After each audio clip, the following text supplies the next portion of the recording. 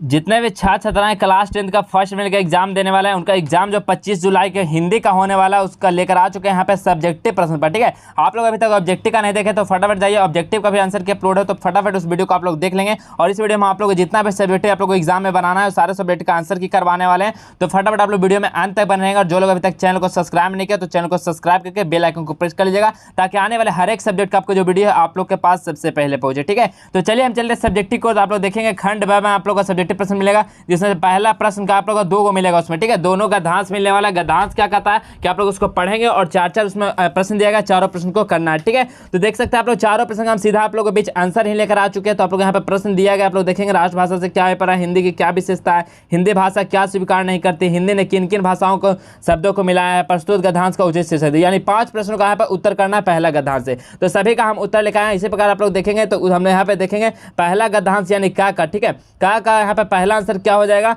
तो राष्ट्रभाषा से यह अभिप्राय है कि वह अंतरप्रांतीय व्यापार और सार्वजनिक व्यापार में सभी प्रांतों में रहने वाले बढ़ते जाए एवं बद्रीनाथ से रामेश्वरम तक तथा अमृतसर से कटक तक सभी स्थानों में परस्पर बातचीत करने और विचार विनिमय में काम में लाई जाती है। तो देखेंगे ये पहला गद्यांश का पहला आंसर था ये। तो आप लोग सभी विद्यार्थी एजुकेशन सभी लोग इसको स्क्रीनशॉट कर सकते हैं या लिख सकते हैं, नहीं तो आपका पीडीएफ जो है एग्जाम से पहले आपको मिल जाएगा। ठीक है, तो देखिए पहला प्रश्न इसी प्रकार देखेंगे का दूसरा आंसर क्या हो जाएगा कि राष्ट्रभाषा होने की अधिकाधिक योग्यता हिंदी में है, जो कि उनकी एक यह विशेषता है। अगला है तीसरा नंबर प्रश्न का उत्तर क्या हो जाएगा, बहिष्कार की नीति तो यह कदापि स्वीकार नहीं कर सकती है।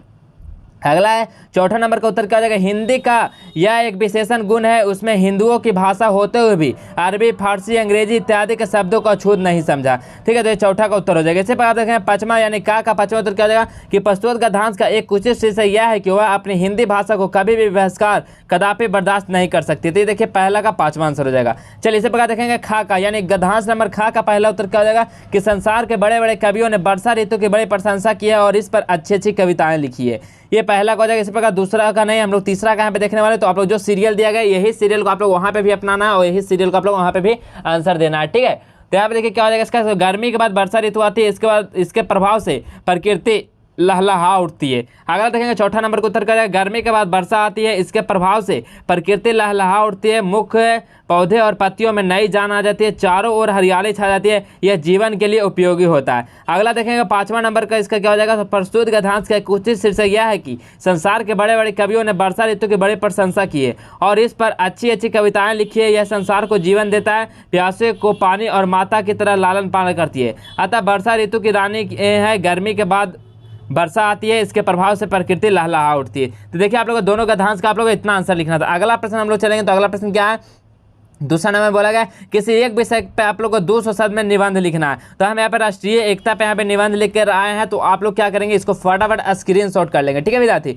इसको क्या करेंगे आप लोग आंसर को स्क्रीनशॉट कर लेंगे, नहीं तो आपको इसको पीडीएफ जो है वो कल तक आपको एग्जाम से पहले ही आपको मिल जाएगा पीडीएफ, तो आप लोग उस पीडीएफ से भी पढ़ सकते हैं। तो सभी लोग क्या करेंगे, इसको स्क्रीनशॉट ले सकते हैं, नहीं तो आप लोग नोट भी कर सकते हैं। तो चलिए दूसरा का उत्तर क्या हो जाएगा यहाँ पे, तो देखेंगे दूसरा का उत्तर हो जाएगा कि राष्ट्रीय एकता एक मनोवैज्ञानिक प्रक्रिया व भावना है जो किसी राष्ट्र अथवा देश के लोगों में नई भाईचारा अथवा राष्ट्र के प्रति प्रेम एवं अपनत्व का भाव प्रदर्शित करती है। राष्ट्रीय एकता राष्ट्र को सशक्त एवं संगठित बनाती है। राष्ट्रीय एकता ही वह भावना है जो विभिन्न धर्मों, संप्रदायों, जाति, वेशभूषा, सभ्यता एवं संस्कृति के लोगों को एक सूत्र में पिरोए रखती है। अनेक विभिन्नताओं के उपरांत भी सभी परस्पर मेल जोल से रहते हैं। हमारा भारत देश राष्ट्रीय एकता की एक मिसाल है। जिनकी विभिन्नताएं हमारे देश में उपलब्ध है उनकी उतनी शायद ही विश्व के किसी अन्य देशों में देखने को मिले। यहाँ अनेक जातीय व संप्रदायों के लोग जिन्हें रहन सहन, खान पान व वेशभूषण पूर्णतः भिन्न है, एक साथ निवास करते हैं। ठीक है, तो आप लोग इतना लिखना। अगला देखेंगे चौथा नंबर प्रश्न का उत्तर दिया गया। चौथा नंबर प्रश्न में आप लोग को 5 प्रश्न का उत्तर देना है। तो पहला हो जाएगा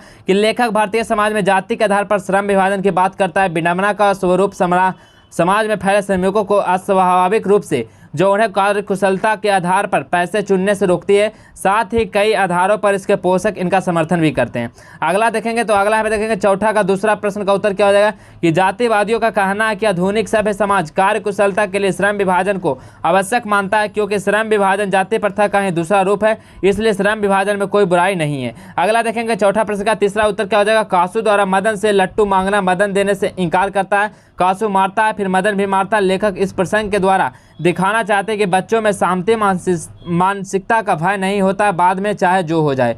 ठीक है, अगला देखेंगे चौथा प्रश्न का उत्तर क्या जाएगा। मैक्स मुलर की दृष्टि में सच्चे भारत के दर्शन मुंबई, कोलकाता, चेन्नई जैसे शहरों में नहीं बल्कि भारत के गांवों में हो सकते हैं, क्योंकि इसकी सर्वाधिक आबादी गांवों में बसती है। वही हार्दिक संपन्नता और आर्थिक विपन्नता, धर्म और इतिहास के अवशेष वही सुरक्षित रहते हैं। अगला क्वेश्चन नंबर चौथा का छठा उत्तर क्या हो जाएगा कि लिखित उत्तर नाखून पशुता के प्रतीक है। मनुष्य की पशुता को जितनी बार काटा जाता है उतनी बार जन्म लेती है, और मनुष्य है कि वह अपने से पशुता को निकालकर सच्चे अर्थों में मनुष्य बना रहना चाहता है। अतः पशुता के प्रत्येक नाखून जब भी बढ़ जाते हैं जब तक ही मनुष्य काट डालता है। अगला देखेंगे मतलब 5वां नंबर प्रश्न, जो कि आपका लास्ट प्रश्न है। तो 5वां नंबर प्रश्न में क्या है कि यहाँ पे लिखना है आपको आंसर में कि गुरु नानक कहते हैं कि जो राम के नाम का जाप नहीं करता उसका संसार में आना और मानव शरीर पाना बेकार चला जाता है। बिना कुछ बोले विष का पान करता है तथा मोह माया में भटकता हुआ मर जाता है, अर्थात राम का गुणगान न करके माया को जाल में फंसा रहता है। तो आप लोग इतना आंसर आप लोग का हिंदी का सब्जेक्टिव में लिख कर आना विद्यार्थी। ठीक है, तो इतना सभी लोग विद्यार्थी को लिख कर आना, ताकि आप लोग जो पूरा जो इतना आपका आंसर कराया है तो आप लोग एग्जाम में सभी का आंसर देकर आएंगे, साथ ही ऑब्जेक्टिव और सब्जेक्टिव को दोनों का।